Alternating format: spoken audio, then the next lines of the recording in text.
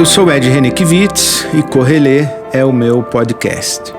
Estamos em férias e em breve vamos voltar com a temporada de 2024. Enquanto isso, você tem a oportunidade de ouvir a minha participação nos encontros de espiritualidade que realizei em parceria com o LABO, o Laboratório de Política, Comportamento e Mídia da Fundação São Paulo, da PUC São Paulo. O LABO tem a curadoria do Luiz Felipe Pondé e a coordenação da Andrea Kogan. Fica aqui a minha gratidão, porque os encontros no Tucarena com o Labo foram das coisas mais legais que eu fiz em 2023. Foi uma experiência muito significativa para mim e eu tenho a alegria e o prazer de compartilhar com você. O episódio de hoje é a respeito da banalidade do mal, no encontro mediado com o grupo que estuda Hannah Arendt.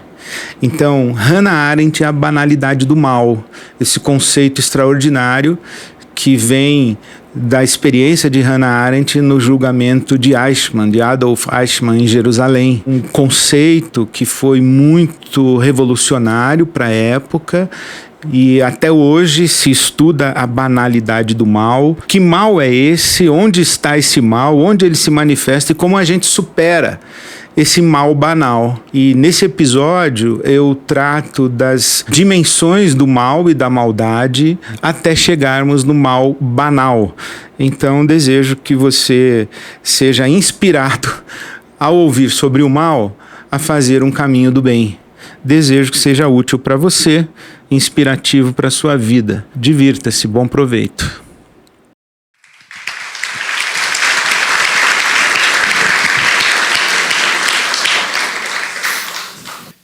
Boa noite, bem-vindos, bem-vindas. Prazer mais uma vez estar aqui nessa conversa, nessa arena, nesse Tucarena.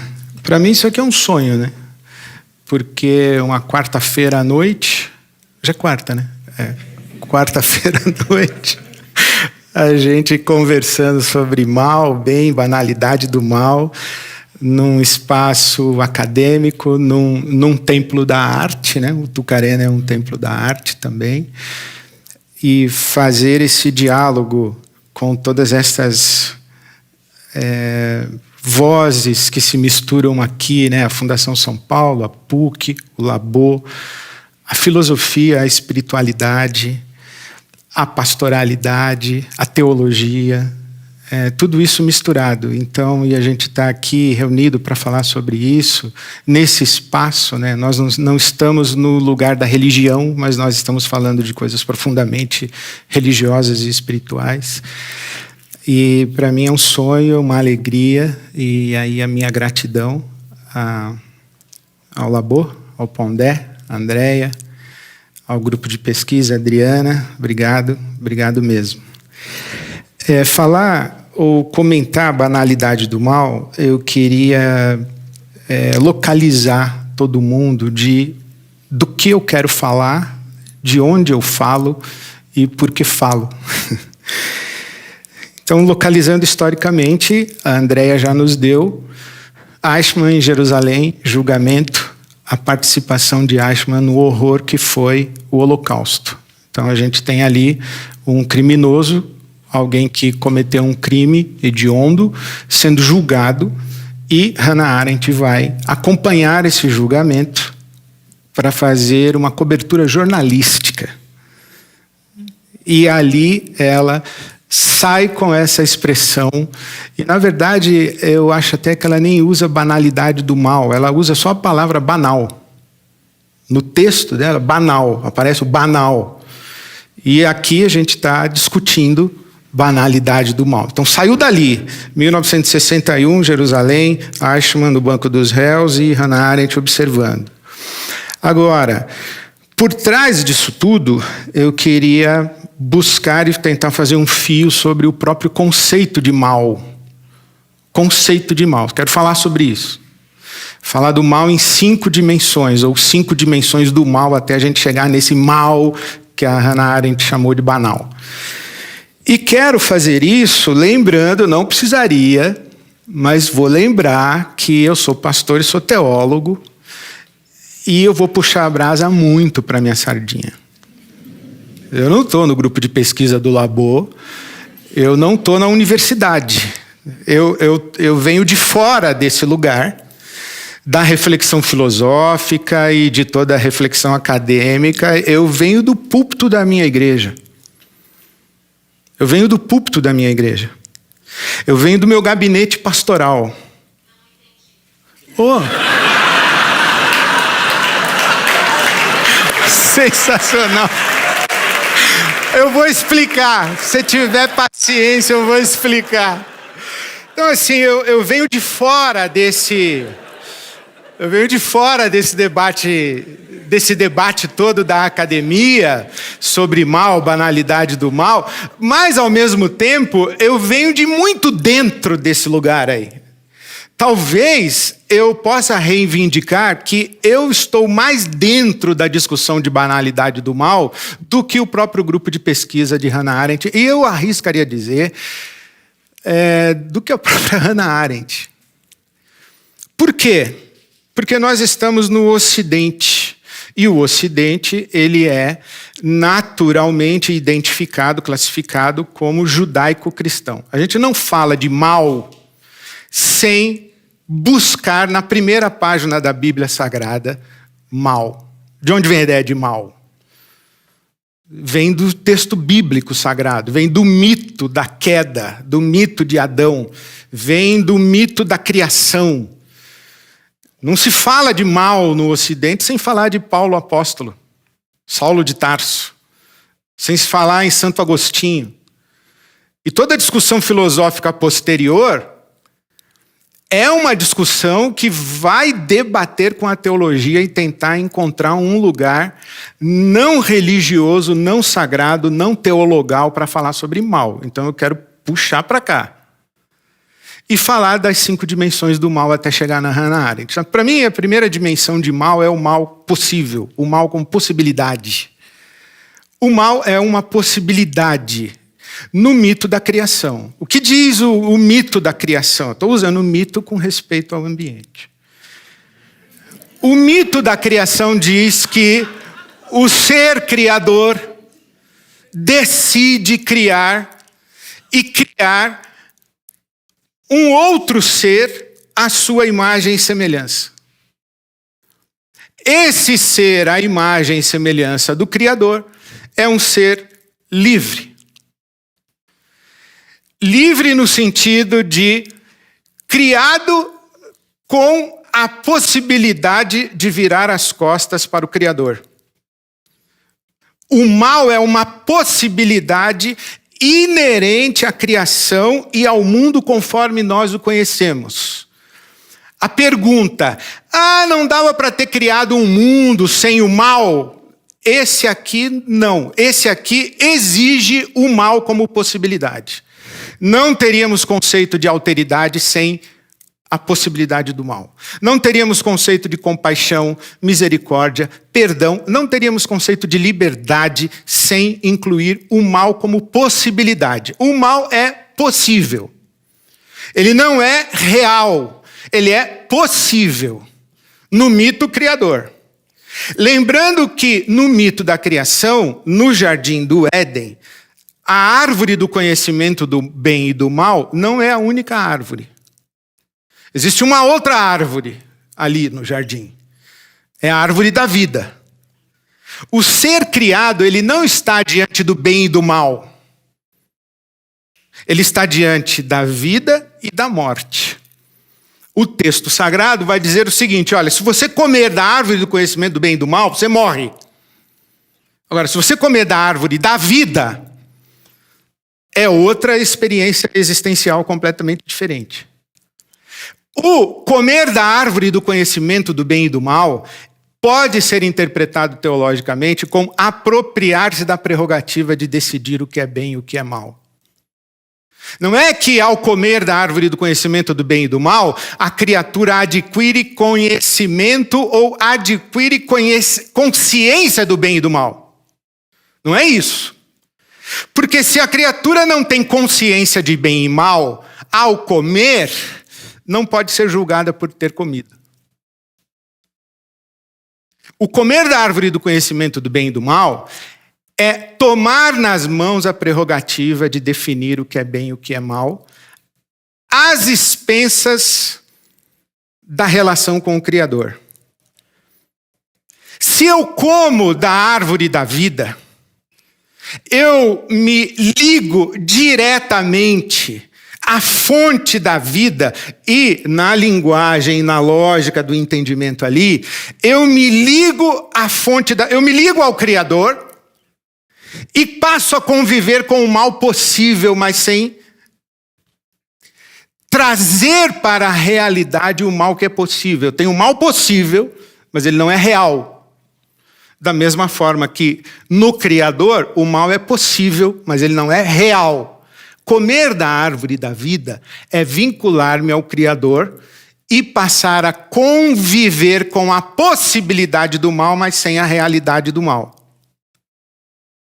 Agora, quando eu como da árvore do conhecimento do bem e do mal, eu tomo para mim a prerrogativa e eu digo para o Criador, eu não preciso dessa fonte de vida porque eu tenho vida em mim. Isto é, eu faço a opção por mim. Isso que depois nós vamos chamar de pecado original, não é um ato moral, é um ato ontológico, é uma questão ontológica, é uma questão de ser. De condição de ser, de natureza do ser, de opção de ser. Não é um ato de desobediência. É um ato em que a criatura diz, eu não preciso do Criador para me sustentar na existência e não preciso do Criador para definir o meu caminho entre o bem e o mal. Eu defino. Em linguagem mais simples, é a criatura fazendo opção por si. Isso viria a ser o pecado original. A criatura escolhe a si mesma e dá as costas ao Criador. E isso é um ato de autoafirmação do ser. E esse ser, que só é porque recebe do Criador a condição de ser, ao romper com o Criador que lhe dá a condição de ser, mergulha de maneira inexorável na sua finitude e na sua mortalidade. Nesse momento, o mal deixa de ser possível e se torna real, concreto.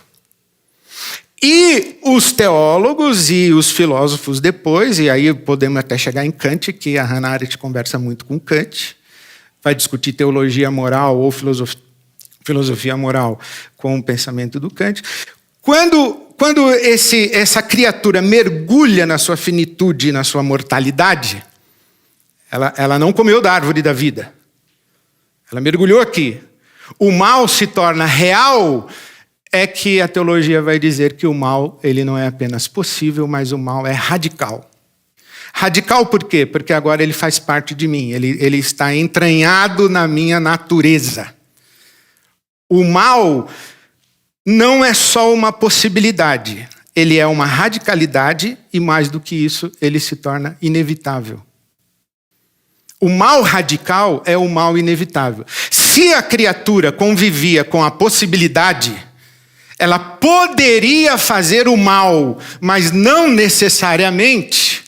Agora, com essa segunda dimensão do mal, o mal radical, ela não pode evitar o mal. Ela caiu na finitude, ela caiu na limitação, ela se torna escrava desse mal. Ela, na visão do Santo Agostinho, e aqui parêntese, né? A gente está falando da maneira como Saulo de Tarso vai ler o mito do Gênesis e da maneira como Santo Agostinho vai ler o próprio Saulo de Tarso. Então, como é que o Saulo de Tarso, o apóstolo Paulo, vai ler esse mal? Ele diz, miserável homem que sou. O bem que eu quero fazer, eu não faço. O mal que eu não quero, eu faço. E se eu faço o mal que não quero, já não sou eu quem o faz, mas o pecado que habita em mim. Quer dizer, é o mal enraizado em mim que me leva a fazer o mal. Quer dizer, é essa leitura que o Santo Agostinho vai dizer que, na sua queda, o ser humano perde o controle sobre si, e perde o controle sobre a sua vontade. E a partir de então, livre-arbítrio é uma expressão que não faz o menor sentido. O mal radical é o mal do ser criado e quedado, caído. É o mal radical. Aí a gente entra no terceiro mal, porque a gente tem um mal radical. A gente diz assim, eu quero fazer o bem e não consigo. Não quero fazer o mal, mas acabo fazendo. Já prometi 10 vezes que eu não ia te sacanear e te sacaneei de novo. Não quero fazer o mal. Então o que eu faço? Eu começo a justificar para mim mesmo o mal que eu pratico. E eu começo a dar finalidade justa ao mal. E aí eu chego na minha terceira dimensão do mal, que é o mal instrumental. É o mal como meio para chegar num fim. É um mal com cálculo. É um mal com argumentação. É um mal quase como virtude. Ou é um mal necessário. Infelizmente, para chegar onde eu quero chegar, eu, na condição de ser quedado, numa realidade de contingência tocada pela finitude e pela queda, não tenho como evitar o mal. Então, infelizmente, eu vou ter que praticar o mal contra você, me desculpe.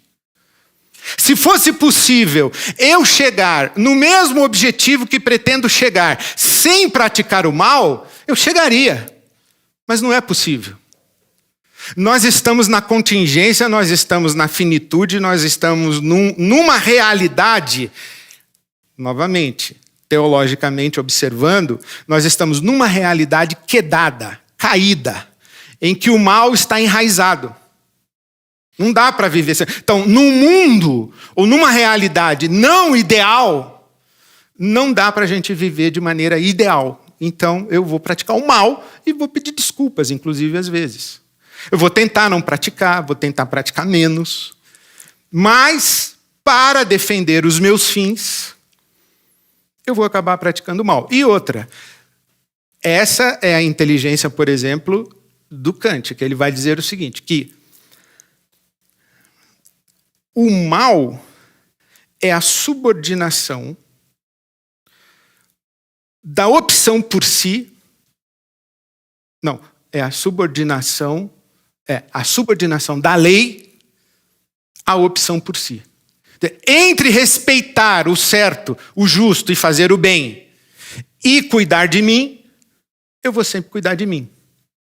Quando eu tiver que escolher entre mim e você, quem eu vou escolher? A mim mesmo. Sempre.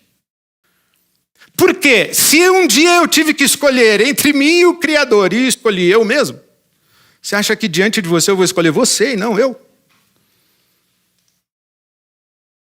Então a nossa condição humana acaba sendo essa. A gente faz isso de maneira polida, a gente faz isso de maneira justificada, a gente faz isso com maneira cheia de argumentação, mas quando a gente tem que escolher entre o bem pessoal, egocêntrico, egoísta, próprio, inclusive com as nossas próprias definições do que vem a ser bem, nós escolhemos sempre o nosso bem, o nosso e dos nossos. Esse é o mal instrumental. Esse é o mal com finalidade. Esse é o mal calculado. Contra esse mal, inclusive, de vez em quando a gente luta. A gente não quer fazer isso. É o Paulo lá dizendo, o bem que eu quero eu não faço, o mal que eu não quero esse eu acabo fazendo. Eu luto para não fazer, mas acabo fazendo.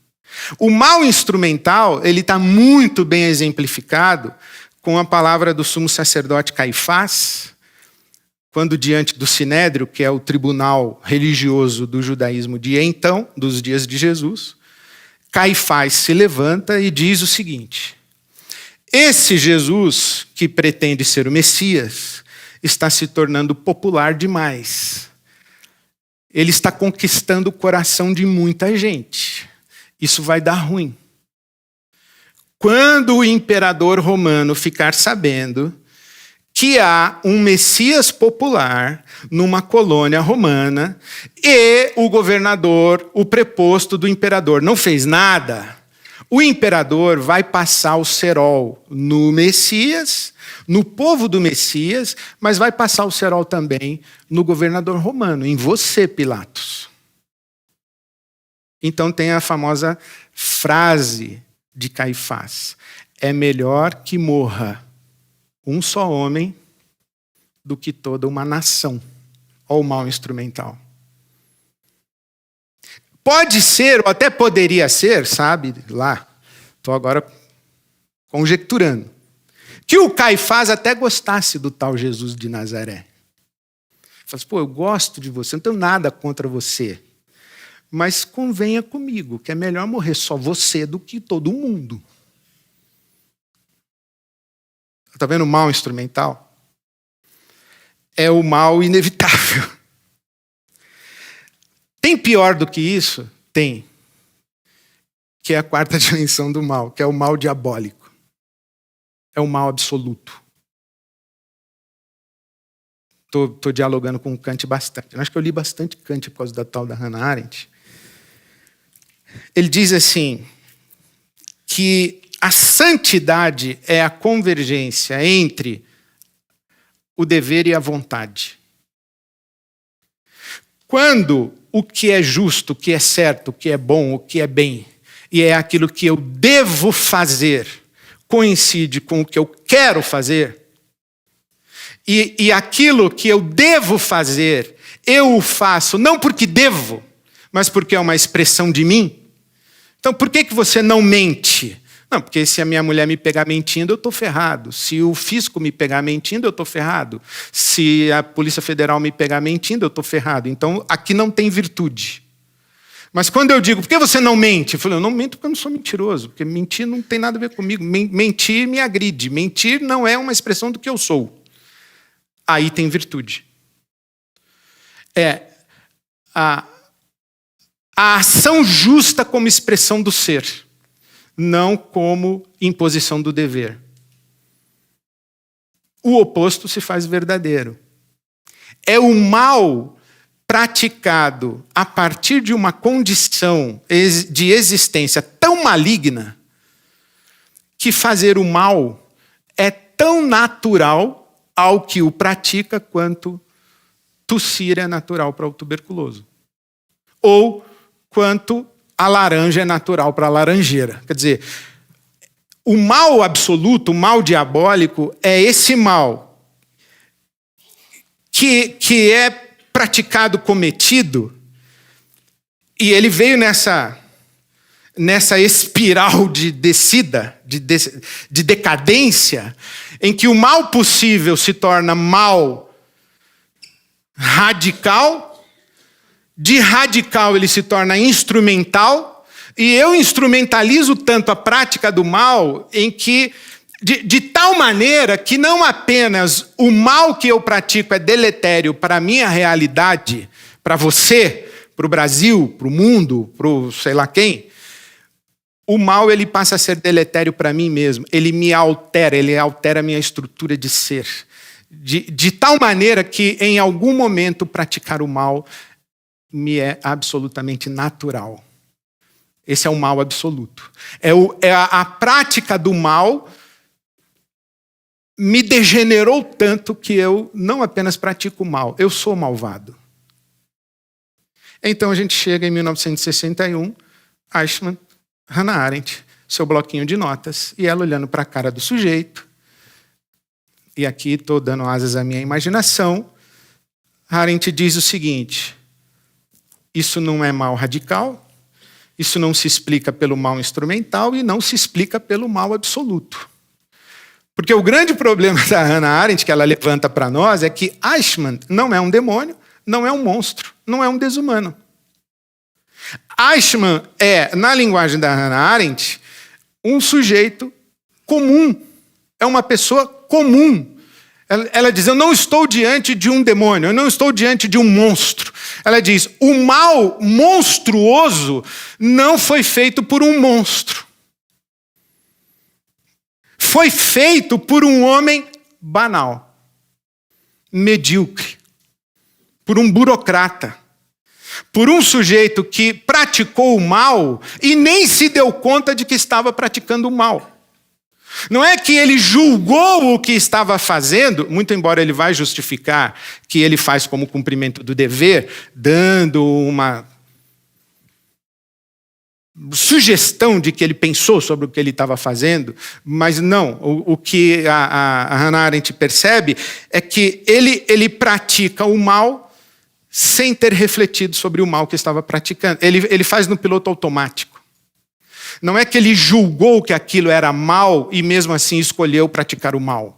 Não é que ele tinha uma finalidade para o mal que estava praticando. Se o nazismo tinha, se o Hitler tinha, se aquele horror todo tinha uma finalidade, é mal instrumental, se a solução final do nazismo é um mal instrumental, em Eichmann não é um mal instrumental, é o que a Hannah Arendt vai dizer. É um cara banal, é um cara comum. Daí a banalidade do mal. Não é o mal que é banal, é a maneira como o mal foi praticado é que é banal. A maneira banal de se praticar o mal é a banalidade do mal. Essa maneira de praticar o mal sem nem passar pela consciência e pela subjetividade de quem pratica o mal, uma reflexão sobre bem e mal. É o seguir no fluxo e no flow. A gente usa essa expressão, Maria vai com as outras, a gente muito recentemente usou no Brasil a figura do gado. O Eichmann, pessoal, é um avant-première da tia do Zap. O Eichmann, ele é um paraninfo dessa galera que replica, que transfere mensagem, que fake news. E aí a gente entende como é que a gente tem uma sociedade que é anti-vacina e que acredita que a Terra é plana. E o que é assustador nisso, que a Hannah Arendt vai falar, ela usa essa expressão, que essa constatação é apavorante, de o Eichmann ser uma pessoa, ela usa a seguinte expressão: Eichmann é terrível e assustadoramente comum. Ela diz, não tem malignidade nele, não tem maldade nele, tem banalidade nele. E ela diz isso, que essa constatação de que o mal pode ser praticado com essa banalidade é tão apavorante quanto o próprio mal praticado. Porque agora, essa pessoa que vai praticar esse mal de maneira banal é seu vizinho. Sua tia, sua cunhada. É o pastor da sua igreja, que você acha que é um homem de bem. Ele, inclusive, cuida do pet dele, ele tem a netinha dele. Que ele gosta dela, ele cuida, ele ama. Mas é um nazista. É um assassino. Como, por exemplo, aconteceu na ditadura militar, aqui no Brasil, e eu falo isso com pesar e dor no coração, de um capitão de exército que entrava na sala para torturar um prisioneiro político, e no intervalo da tortura, ele evangelizava o sujeito, falava de Jesus. Bacana, né? Esse sujeito que ele sai de uma sala de tortura e ele põe um terno e uma gravata e ele vai para a Igreja Batista no domingo. Ou ele sai do culto de domingo da Igreja Batista e ele vai queimar negros numa árvore. E ele põe um capuz branco, queima os pretos na árvore e volta no domingo seguinte para o culto. Ele vai buscar o neto dele na escola e você conversa com ele na porta da escola. O nome dele é Adolf Eichmann. E isso é muito assustador. Essa noção de que... E aí eu discordo da Hannah Arendt, viu, Adriana? Quando ela fala, né? Aliás, não preciso pedir licença para discordar da Hannah Arendt, né? Mas é uma questão de respeito. Pela Hannah Arendt e por você. A Hannah Arendt diz assim, não é todo mundo que pode. Não, é todo mundo sim. Você também. Eu também. Porque se a sua cunhada pode, por que você não pode? Por que você é melhor do que ela? Por que você é melhor do que seu avô, que era nazista? Seu bisavô, que era nazista? Seu bisavô, que era dono de escravo? Por que você é melhor do que ele? Por que hoje você se incomoda com a questão da escravização se o seu patrimônio familiar foi construído com escravo? Seu bisavô. E por que seu bisavô tinha escravo? Porque na época do seu bisavô todo mundo tinha escravo. Ele deu sorte de não ser escravo, ou escravizado. Ele deu sorte de ser o dono do escravizado. E ele não pensou. E aí a Hannah Arendt olharia para o meu bisavô e diria assim, você é um homem banal, que faz o que todo mundo faz, que normaliza o mal que todo mundo faz e você não faz juízo crítico. E aí é que está a grande contribuição da Arendt, que diz isso, que esse mal banal ele é praticado por quê? Ou por quem? Por quem não pensa criticamente, por quem abriu mão da sua inalienável e intransferível responsabilidade para com a vida, a começar da responsabilidade para consigo mesmo e com o seu semelhante. Abriu mão disso. E nesse sentido, abriu mão da sua própria humanidade, talvez. Se tornou banal. Se tornou banal.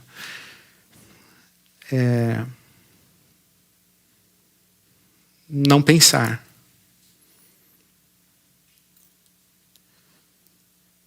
Porque o máximo da nossa capacidade de pensar é o juízo crítico. Não é pensar apenas. O grande lance da nossa capacidade de pensar não é a gente ter ideia. A minha netinha de 4 anos é uma linda, e ela de vez em quando vem para mim e diz assim, vovô, tive uma ideia. A questão não é se ela teve uma ideia, ela tem ideias.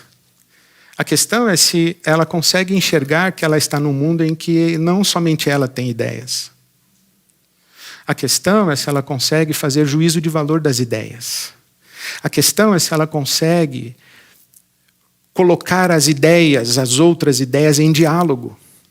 A questão é se ela consegue fazer com que todas as ideias em diálogo façam uma avaliação crítica da realidade onde ela vive, para que ela possa tomar decisões de tal maneira que ela não seja uma mulher banal praticando um mal, sem se dar conta da banalidade do mal. Bom, termino. Eu acho 2 coisas para a gente sair disso. Primeiro, é que, infelizmente, a gente tem que concordar com os mecanismos sociais de controle. Infelizmente. O nosso amigo Hobbes estava certo. Não é? O que nós gostaríamos é que o ideal bíblico, né, de todo ser humano guiado pela sua própria consciência vai concorrer para o bem comum. Isso é uma utopia. Então isso não existe.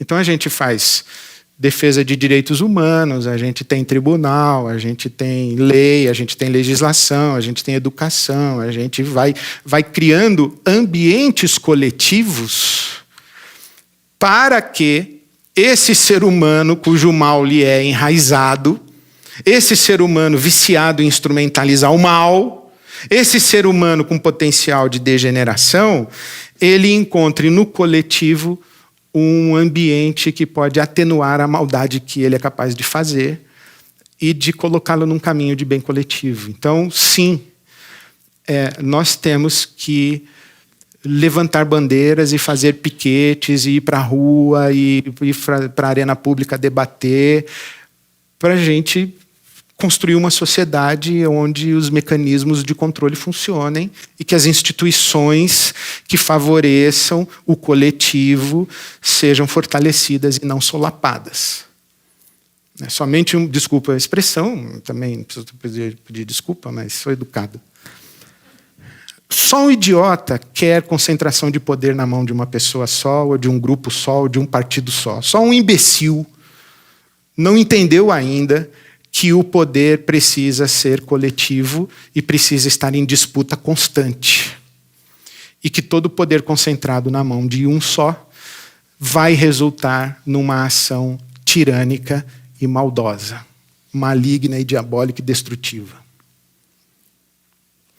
E a segunda coisa que eu penso, para encerrar mesmo, é que como é que a gente supera esse mal do possível para o radical, para o instrumental, para o que nos degenera a ponto de fazer parte da nossa própria condição de ser e nos tornar malvados? Como é que a gente supera isso? Eu disse que ia puxar a brasa para a minha sardinha, né? Então, sozinho a gente não supera. O ser humano acreditar que supera o seu mal é o mesmo que acreditar que é capaz de levantar-se do chão, puxando-se pelos cabelos, né? Ou vem uma outra mão que me ergue do chão, ou eu vou ficar preso ao chão. Eu não consigo me arrancar da minha condição. E nisso a espiritualidade é o caminho. Não é da autotranscendência, é da transcendência. Nisso as tradições de espiritualidade estão gritando: ou vocês comem da árvore da vida, ou vocês vão continuar escravizados, enraizados e presos nesse mundo e nessa contingência e nessa condição humana onde o mal é inevitável. Ou vocês comem da árvore da vida, ou é apocalipse now para vocês. A experiência espiritual, a experiência de espiritualidade, a experiência de conexão com o divino, qualquer que seja o seu divino. Agora, é claro que eu tenho o meu, mas tem que ser uma outra mão. Tem que ser um poder que não é o humano. Porque o humano que fez a opção por si, afundou-se na sua finitude e na sua mortalidade. É comer da árvore da vida que nos leva para fora desse lugar. Muito obrigado, boa noite.